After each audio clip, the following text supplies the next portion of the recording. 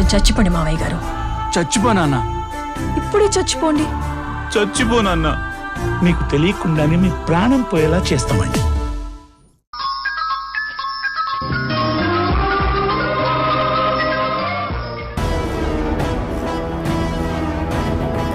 మధు, మంచినీళ్ళు.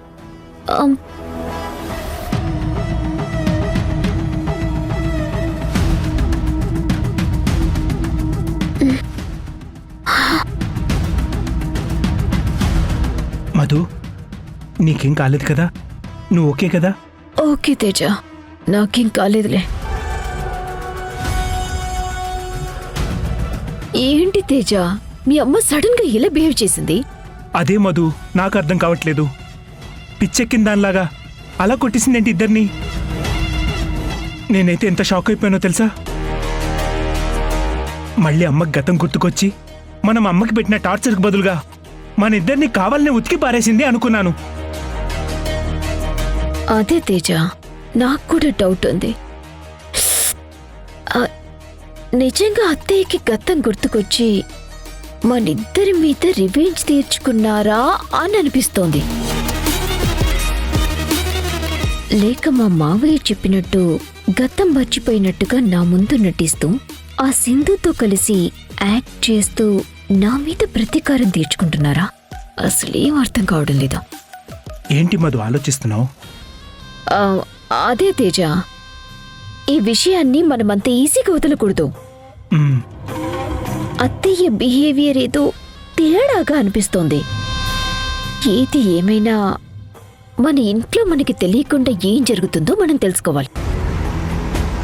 అంతేకాదు, గోడౌన్లో నేను దాచిపెట్టిన డబ్బు సింధు తీసిందో లేదో కూడా తెలుసుకోవాలి. మీ వాళ్ళు మన ముందు నాటకమాడుతున్నారన్న విషయం బయటపడితే మాత్రం ఒక్కొక్కళ్ళని ఎలా ఆడుకోవాలో అలా ఆడుకుంటాను. ఇవన్నీ ఏమో కాని మధు, అసలు గోడౌన్ నుంచి ఆ డబ్బు తమ్ముడికి, సింధుకి, ఆ రిపోర్టర్కి తెలియకుండా భలే మాయం చేసావు. నేను అస్సలు ఎక్స్పెక్ట్ చేయలేదు మధు. నీ భర్తగా నేను చాలా గర్వపడుతున్నాను మధు.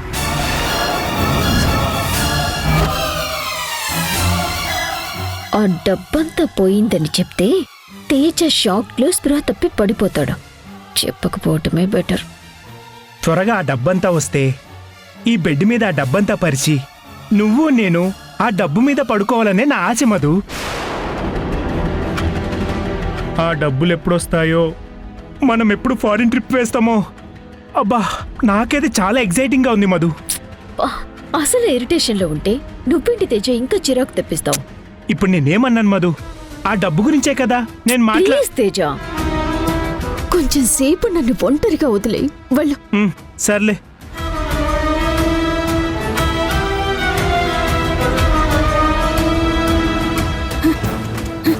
నువ్వు వదలమ్మ సింధు. పదండి.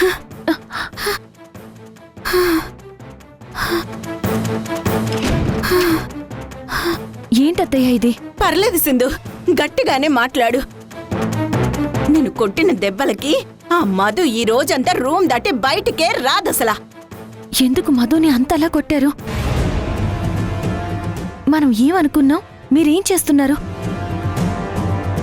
ఇందాక మీరున్న ఆవేశంలో ఎక్కడ నిజాలు చెప్పేస్తారో అని నేనెంత టెన్షన్ పడ్డానో తెలుసా? అసలు ఎందుకిలా రియాక్ట్ అయ్యారత్తయ్యా? ఏం చేయమంటావు సింధు? రోజు అది నిన్ననే మాటలు వింటుంటే నా రక్తం ఉడికిపోతుంది అసలా. ఎన్ని రోజులని ఓపిక పట్టను? సహనానికి కూడా ఒక హద్దుంటుంది కదా.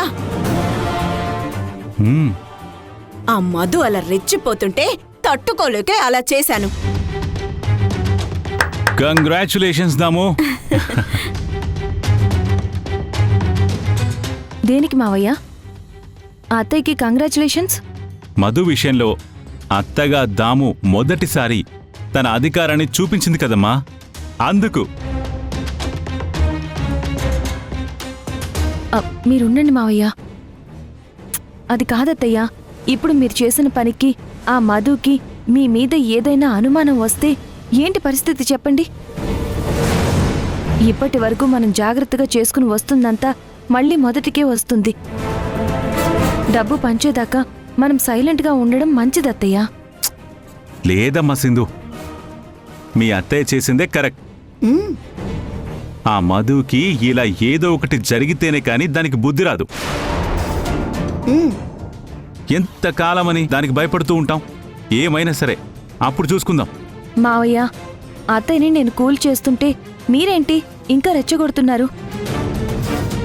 అత్తయ్య, మధుకి మీ మీద డౌట్ రాకుండా ఉండాలి అంటే అందుకు నా దగ్గర ఒక మంచి ప్లాన్ ఉంది.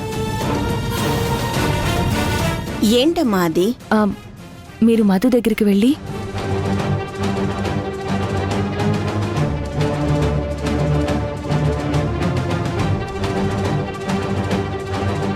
మీరలా చేస్తే మధు ప్రాబ్లం మనకి సాల్వ్ అయినట్టే అత్తయ్య. వెళ్ళి నేను చెప్పినట్టు చెప్పండి అత్తయ్య. ఇప్పుడే కదమ్మా దాన్ని చితక్కొట్టాను. ఇంతలోనే వెళ్ళి నువ్వు చెప్పినట్టు దానికి చెబితే దానికి ఇంకా లేనిపోని అనుమానాలు పెరుగుతాయేమో. ఏం పర్వాలేదు అత్తయ్య, మీరు వెళ్ళండి. ఏం జరిగిందో మీకు తెలియనట్టే నటించండి. ఏదో సడన్గా గుర్తుకొచ్చి అలా చేసేసానని దాని దెబ్బలకి కాపడం పెడుతూ మెల్లగా మాటలతో మేనేజ్ చేసేసేయండి. అసలు విషయం చెప్పండి. ఉమ్. సరేనమ్మా, నువ్వు చెప్పినట్టే చేస్తానులే. ఉమ్.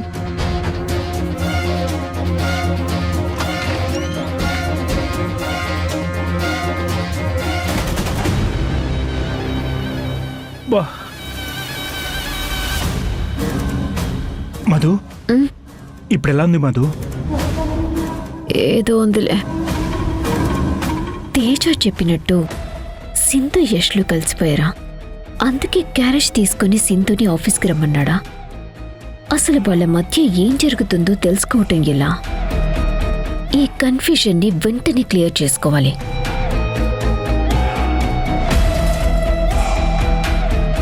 తింగర్ది, ఆ డబ్బంతా ఆ బెడ్ కిందే ఉన్నా అది తెలియక వెర్రిదాన్ల దాని మీదే కూర్చుంది. ఏదో పిచ్చిగా ఆలోచించి చేస్తోంది. సింధు మంచి ప్లానే వేసింది. మధు దగ్గరికి వెళ్ళి సింధు చెప్పిన ప్లాన్ ఎలాగైనా వర్కౌట్ చేయాలి.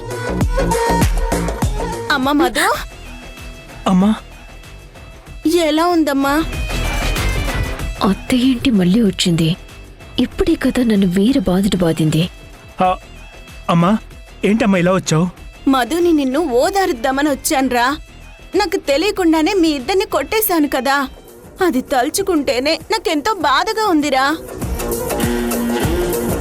అమ్మ మధు, ఏమనుకోకమ్మా. ఏం జరిగిందో ఎలా జరిగిపోయిందో నాకు ఇప్పటికి కూడా అర్థం కావటం లేదమ్మా. ఉన్నట్టుండి బ్రెయిన్లో నాకేదో గుర్తుకొచ్చినట్టు అయిపోయింది. ఒక్కసారిగా తలలో నరాలన్నీ షాక్ కొట్టినట్టుగా అనిపించింది. నిన్ను వాణ్ణి అలా కొట్టేశాను. సారీ అమ్మా. ఆ, ఆ, ఇదేం మనసులో పెట్టుకోకమ్మా. పర్లేదులేండి అత్తయ్య, మీకు తెలియకుండానే చేశారు కదా. అదేనమ్మా నాకు అర్థం కావటం లేదు అసలా. నాకు తెలియకుండా నేను అలా చెయ్యడం ఏంటో. ఛ! దెబ్బలు బాగా గట్టిగా తగిలాయమ్మా. అవునత్తయ్య. చూడమ్మా, వాతలు ఎలా తేలాయో.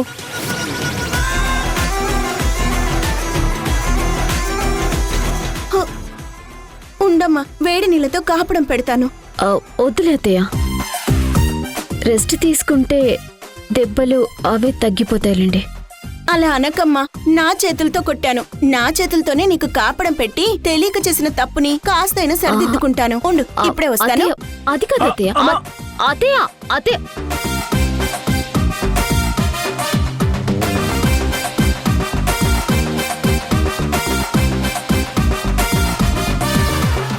పడుకో అమ్మా.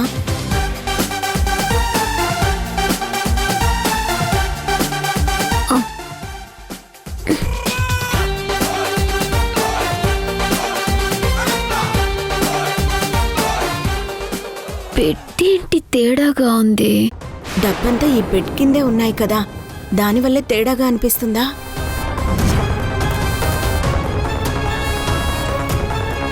బెడ్ పాతది కదమ్మా, అందుకే నీకు అలా అనిపిస్తుంది. ఇప్పటికి సర్దుకో, తర్వాత మార్చేద్దాంలే. పడుకో.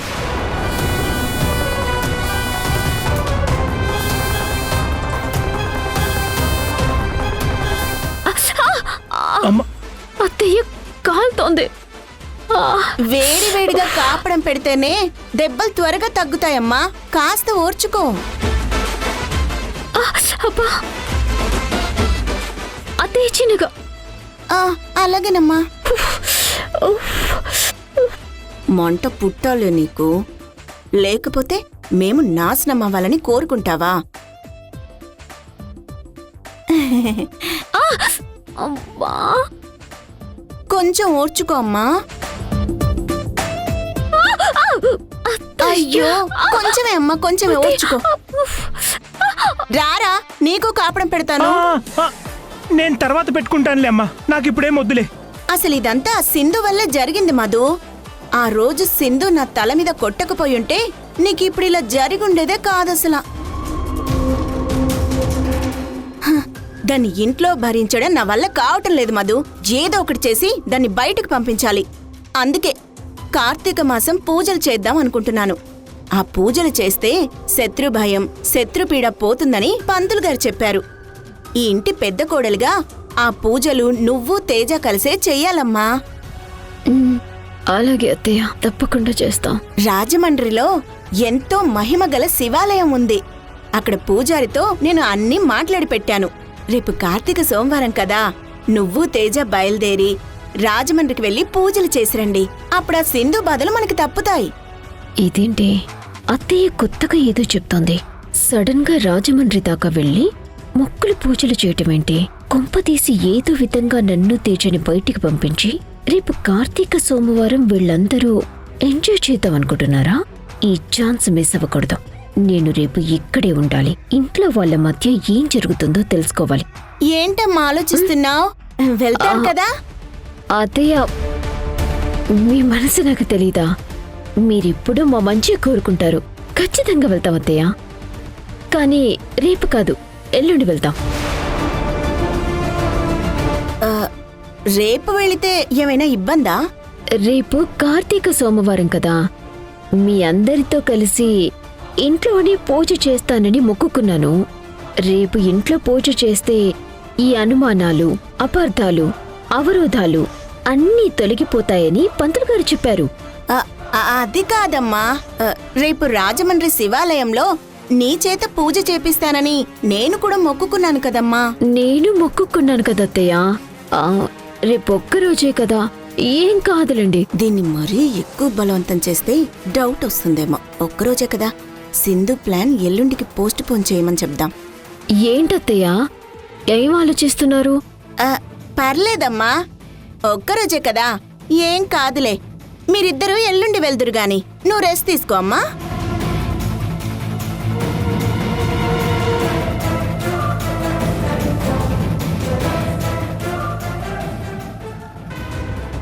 అమ్మా సింధు, సింధు, సింధు. ఏమైంది అత్తయ్య? మధు తేజ రాజమండ్రి వెళ్ళడానికి ఒప్పుకున్నారత్తయ్య? కొంచెంలో మిస్ అయింది సింధు. నేను ఎంత టెన్షన్ పడ్డానో తెలుసా? ఏదో చెప్పి కవర్ చేశాను కాబట్టి సరిపోయింది. లేదంటే ఆ మధుకి తెలిసిపోయి ఉండేది. మీరు దేని గురించి మాట్లాడుతున్నారత్తయ్య? అదేనమ్మా, దాని రూంలో బెడ్ కింద దాచిన డబ్బు గురించి. ఏమైందత్తయ్య? కాపడం పెడదామని దాన్ని బెడ్ మీద పడుకోమన్నాను. అదలా పడుకుంటూ బెడ్ ఏదో తేడాగా ఉందేంటి అంది. బెడ్ కింద ఉన్న ఆ డబ్బు ఎక్కడ చూసేస్తుందో అని నాకు చాలా భయం వేసింది. పాత బెడ్ కదా, అలాగే అనిపిస్తుందిలే అని కవర్ చేశానమ్మా. కంగారు పడకండి అత్తయ్య, డబ్బులు దాని బెడ్ కిందే ఉన్నాయని అది కనిపెట్టలేదు. అయినా ఆ డబ్బంతా రేపు పనిచేస్తాం కదా, ఇంకా ఏ ప్రాబ్లం ఉండదులేండి. లేదమ్మా, ఆ మధు రేపు రాజమండ్రి వెళ్ళను అంది.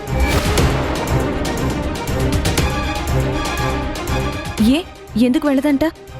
రేపు కార్తీక సోమవారం కదా, ఇంట్లో అందరితో కలిసి పూజ చేస్తానని మొక్కుకుందంట. ఎల్లుండి వెళ్తాను అంటోంది.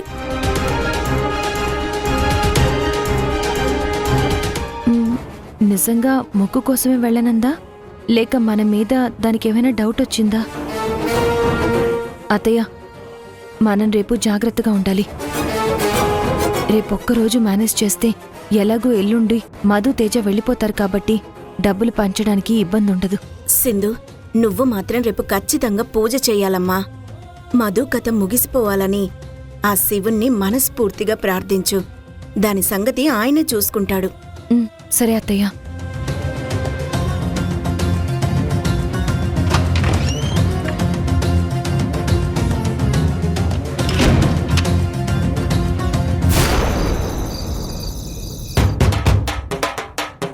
మందు బాబులం మేము మందు బాబులం, మందు కూడా మాకు మేము మహారాజులం. రువా, రువా, రువా, రువా. ఎరా శిష్య, ఆ, మందు సెటప్ అంతా రెడీయా? ఆ, రెడీ గురువు గారు. ఏట్రా 2 గ్లాసులు ఎట్టి పెట్టరా? 3వ గ్లాస్ ఏది? 3వ గ్లాసా? దేని గురువు గారు? మందు కొట్టేది మనం ఇద్దరమే కదా, అందుకే 2 గ్లాసులు పెట్టాను. రా నాన్న బంగారం, రా రా రా రా. గురువు గారు ఎందుకు కొట్టారు గురువు గారు? మన మధ్యన ఉన్న 3వ వ్యక్తిని అప్పుడే మర్చిపోనా పెట్టరా? మర్చిపోనావా? 3వ మనిషా? ఇక్కడెవరు లేరు కదా గురువు గారు. అదిగోరా నా కొడుకు సోఫాలో కూకున్నాడు. చనిపోయిన మనిషి మందెలా తాగుతాడు మీ పిచ్చి గాని? నా కొడుకు చచ్చిపోలేదురా, ఆత్మరూపంలో బతికే ఉన్నాడు. గురువు గారు మందు తాగేటప్పుడు ఖచ్చితంగా వస్తాడు. అసలే ఆడికి మందంటే మాసడ్డ పిచ్చి. ఇదిగో ఇదిగో నా కొడుకు. నాన్న చరణ్, రా నాన్న ఒక పెగ్గేసుకుందాం. చరణ్ రారా, నా కొడక రారా. మందు తాక్క ముందే గురువు గారికి కిక్కెక్కిందా ఏంటి? పిలవగానే ఆత్మ ఎలా వస్తుంది? రారా చరణ్, రారా రా. ఎలా కాదురా, నాకు తెలిసి నిన్ను ఎలా పిలాలో. On the rocks. రై వాసన చూడు, వాసన చూడు. రారా రా రారా రా. అదిగో వచ్చేస్తున్నాడు, అదిగో అది అదిగో వచ్చేస్తున్నాడు.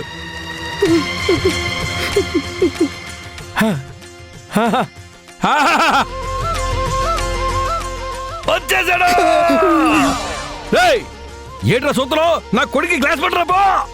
అలాగే గురువు గారు. నాన్న చరణు, నాన్న చరణు. అరే చరణు బాగున్నావా? తెచ్చాను గురువు గారు. ఓపెన్ చేయరా, పోయిరా నా కొడుక్కి. నుండు నేను చూసుకుంటానే. నుండు గురువు గారు వాటర్ వద్దు, నా కొడుకు రా తాగుతాడు. ఓకే గురువు గారు. ఆడు తెలియదులే నాన్న, అందుకే తొందరగా పోయాడు. క్షమించేయే. నాన్న చరణం ఏంటి సంగతిలో? రావడానికి ఎందుకు నాన్న ఎంత లేట్ అయింది? ఏంటి పైన ట్రాఫిక్ ఎక్కువైందా? ఆకాశంలో ట్రాఫిక్ ఏంట్రా బాబు, గురువు గారు పిచ్చెక్కిస్తున్నారు.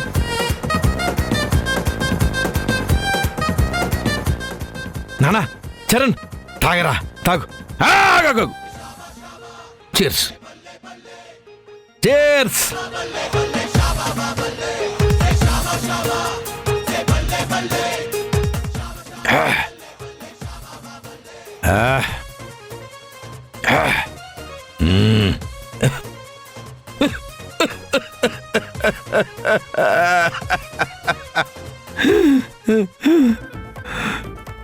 నన్ను ఒంటరి వాణ్ణి చేసి ఒక్కడివే సింగిల్ గా వెళ్ళిపోయావా?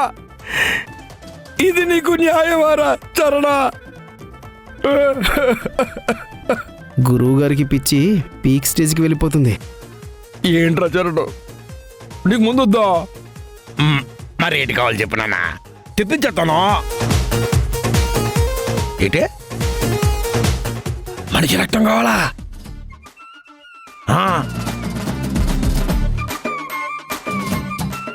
ఈడున్నాడ్రా, ఈడి మెడ కొరికి రక్తం పీల్చే. గురువు గారు మీకు దండం పెడతాను, బాబుని నా రక్తం తాగొద్దని చెప్పండి. అసలే నా బాడీలో రక్తం తక్కువ, మందు ఎక్కువ. ఉన్న కొద్ది రక్తం కూడా పోతే మీకు సేవ చేసుకోకుండానే నేను పోతాను. కరెక్టే నాన్న, వీడితో మనకు చాలా పని ఉంది. వద్దులేరా, వదిలేద్దాం. ఈ రోజుకు నువ్వు మందుతో అడ్జస్ట్ అయిపో, రేపు నీకు ఫ్రెష్ బ్లడ్ అరేంజ్ చేస్తాను. ప్లీజ్ ఆ బాటిల్ అందుకో. నా పెగ్గు నా కొడుకు పెగ్గు, నా పెగ్గు నా కొడుకు పెగ్గు. నాకు ఈ కర్మేంట్రా బాబు, వచ్చొచ్చి మెంటలోడి దగ్గర పడ్డాను. కొడుకు ఆత్మ ఏంటి, మందుకు బదులు రక్తం తాగడం ఏంటి, ఏంటో ఏం అర్థం కావడం లేదు. నాన్న చరణ్, సెకండ్ టైం సీర్స్ రా. ఇక్కడి నుంచి మెల్లగా జారుకోవాలి. గురువుగారు, ఏడ్రా సిగరెట్టు ఉంది, అగ్గిపెట్టి. ఉన్నట్టుంది. లేదురా, తేనా? చావు. అమ్మాయి నాన్న చరణం, సిగరెట్ కలుస్తావరా నువ్వు?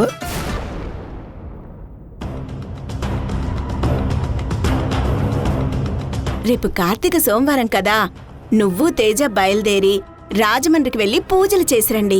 అప్పుడు ఆ సింధు బాధలు మనకి తప్పుతాయి. కార్తీక సోమవారం పూజంటే ఇంట్లో అందరం కలిసి కదా చేసుకోవాలి. కాని సడన్ గా అత్తయ్య నన్ను తేజాని ప్రత్యేకంగా రాజమండ్రి శివాలయం వెళ్ళి అక్కడ పూజ చేయమనడం ఏంటి? నన్ను ఇంట్లో నుంచి బయటికి పంపించడం వెనుక ఏదైనా ప్లాన్ ఉందా? ఏం అర్థం కావడం లేదే.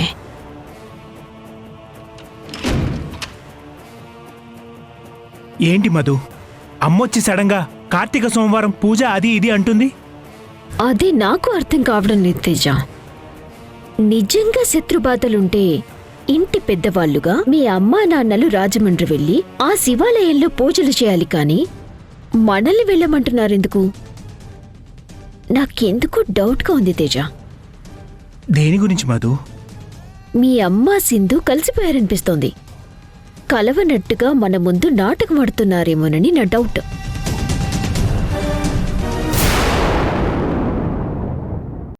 నువ్వు తేజ రాజమండ్రిలో ఉన్న శివాలయానికి వెళ్లి పూజ చేయండి అని మా అత్తయ్య చెప్పింది. ఈ రోజు నువ్వు ఇంట్లో ఉండడం వలన వాళ్ళకేదో ప్రాబ్లం ఉందన్నమాట. సింధు మీ అత్తయ్య నిజంగానే కలిసిపోయారా? అంటే కలిసే నీ ముందు కలవనట్టు నాటకం ఆడుతున్నారా అన్నది చూడు. సరే మావయ్య. పెద్దమ్మకెవరైనా మావయ్య ఉన్నారా? ఇంట్లో పూజ ఉంది, పూజ అయ్యాక నేనొచ్చి మిమ్మల్ని కలుస్తాను మావయ్య అని మాట్లాడుతుంది. ఆ రోజు వార్డెన్ ద్వారా మధుకి లెటర్ పంపించింది కూడా ఆ మావయ్యే. దాన్ని ఫాలో అయ్యి ఆ మావయ్య ఎవరో ఏంటో నేను తెలుసుకుంటాను అత్తయ్య.